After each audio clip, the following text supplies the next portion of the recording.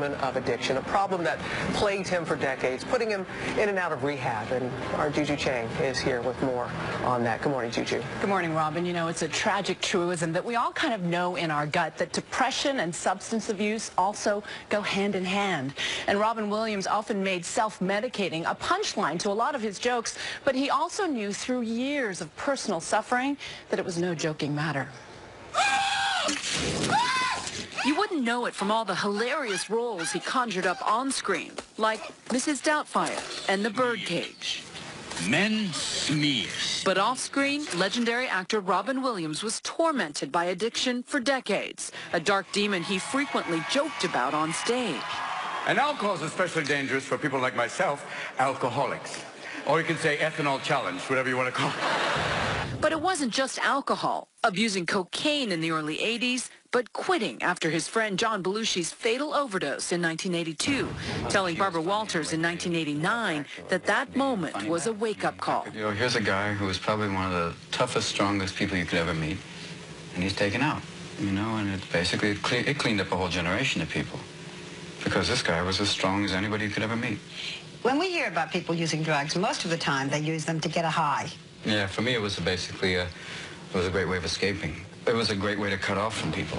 The comic genius told ABC News in 2011 the role of a lifetime that helped keep him sober for 20 years was that of father. The one thing that cleaned me up from that was having a kid.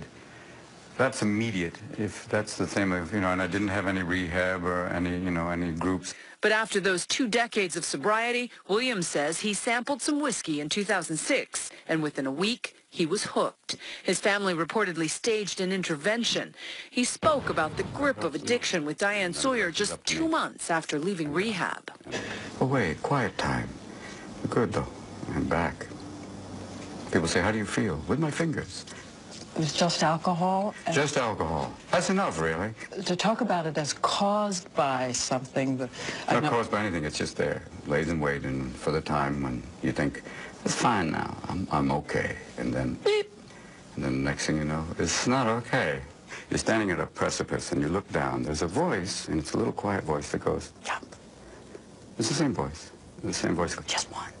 And for someone who has no tolerance for it, that's not a possibility. Was there something somebody said to you, one sentence that got through, that sailed through? You're a drunk! No, it's like, they got through and he said, you need help. And that's the best sentence that got through. Williams said he spent years thinking he could handle his alcohol problem on his own. I can do this, I can stop. And you really think you can, and then you realize, I need help. It was that relapse in 2006 that reportedly cost him his second marriage. Earlier this summer, Williams checking into the renowned Hazleton Clinic to focus on his continued commitment to sobriety. His rep telling ABC News it was not a relapse. The world now left with the advice a wise Williams once gave to a younger version of himself. Don't be running so fast. And that's it. How much have you loved? That's a simple question. How much have you loved? Love doing what you do or love being with the people? If you can answer that question pretty positively, then you're doing okay. It's a good life. The most profound lesson that Robin is giving us all is that whenever someone is universally beloved and hugely successful loses such a hard-fought battle with depression, it reminds us all that this is a brutal, cruel disease that strikes people no matter who you are, how much wealth or stature or support from loved ones somebody has. Robin? All walks of life. You got that right, Juju. Thank you. And ABC News senior medical contributor Dr. Jennifer Ashton joins us now with more.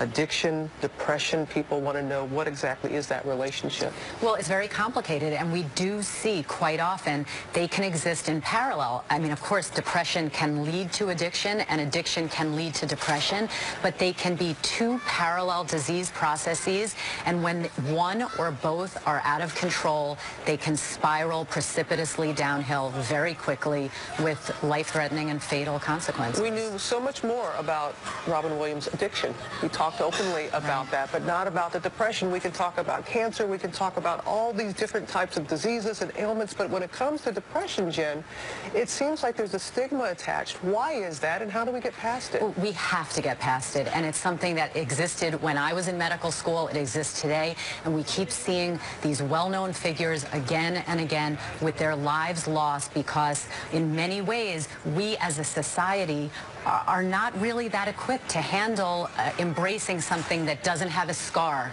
Or as you were saying, if you're on chemotherapy and you lose your hair, people can see that. People can't see depression all the time. And Tears of a Clown, right? That famous song. Right. This was what Robin Williams embodied, and was what so many people who live and battle with depression deal with. They can be smiling on the outside, and they can be in utter agony, and in some cases, frankly, psychotic on the inside, and we need to be more embracing of this and drop the stigma. But there are a lot of families that are watching right now that are shaking their head because they deal with this. It's not just famous people like like Juju said. It's not because you're wealthy or famous. It doesn't matter. It does not discriminate at all. So what is a lesson that we learned here from Well, let's not let another person die in vain. Let's increase our awareness and understand that when a person is profoundly depressed, they need one-to-one medical attention. It is a true medical emergency, and the first step is getting that person help. This is a part of the story. Absolutely. All right, Jim.